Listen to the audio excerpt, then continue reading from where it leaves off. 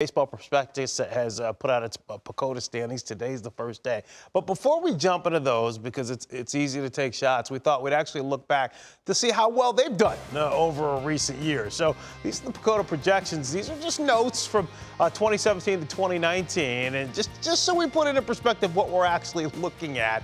So look, they correctly identified 12 of 18 division winners, but then things get a little interesting from there. So there was one prediction of one division standings correctly, and that means from 1 through 5.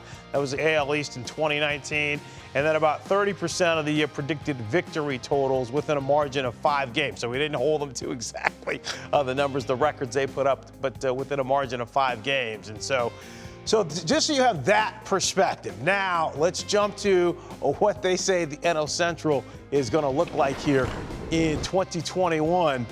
And wow, okay, they've got the Brewers at the top there. What, 8 games better than the Cardinals? They've got the Cardinals at 81 and 81. Wow. And I wonder if is that pre-Arenado trade or post-Arenado trade? It is post, I'm being told. And so, look, I mean, there's a formula that they use, they stick by. But, Joel, I'm going to let you have first crack at that. Brewers winning the division over the Cubs, and the Cardinals 81-81. With that record, by the way, not making the postseason. Yeah, look, somehow I end up on this show every year where we talk about PECOTA. And I would say that PECOTA is much like if I sit down and just do it off the top of my head. I think I would have gone for about 32 out of 95 within 5 games. So, you know, I take it with a grain of salt. They're trying to put some math and logic behind this. I think the Cardinals have the most talent right now of any team in the division. I do see, when a team does a big thing like Arenado, we tend to then overlook their other issues. Yep. I do think the Cardinals have significant issues. Yep. They just added more power. They don't have enough. Nobody in their outfield is a sure thing. Yep. They now do have some age with Molina, Wainwright, etc. So I see that. But this is a weak division, probably the weakest of the 6 divisions, and they do have a couple of stars that would make me think that they'll play over 500. And if I had to guess, if you asked me to put on a piece of paper, I would probably guess the Cardinals would win the division.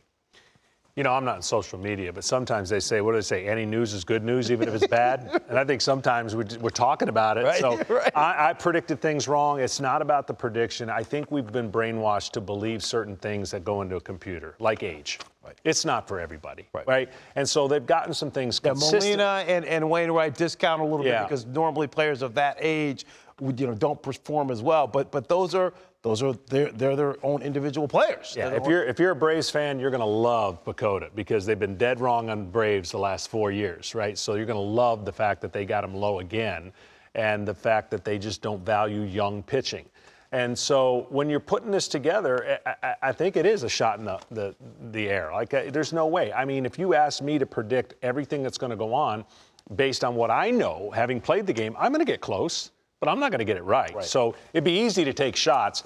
And the thing that I guess where I land my plane is we got to get away from being brainwashed what a computer thinks about a number, an age. Like, it is just so easy now. Look where we were 5 years ago.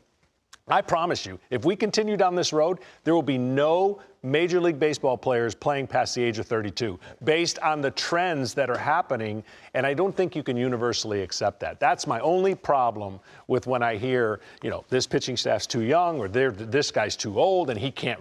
You know what Stan Kasten said a long time ago when he was president of the Atlanta Braves, and I didn't think about it then, and I've now had time to really think about it. He goes, you know what my hardest job was when I was tenure of the Atlanta Braves? You 3 every year were getting older.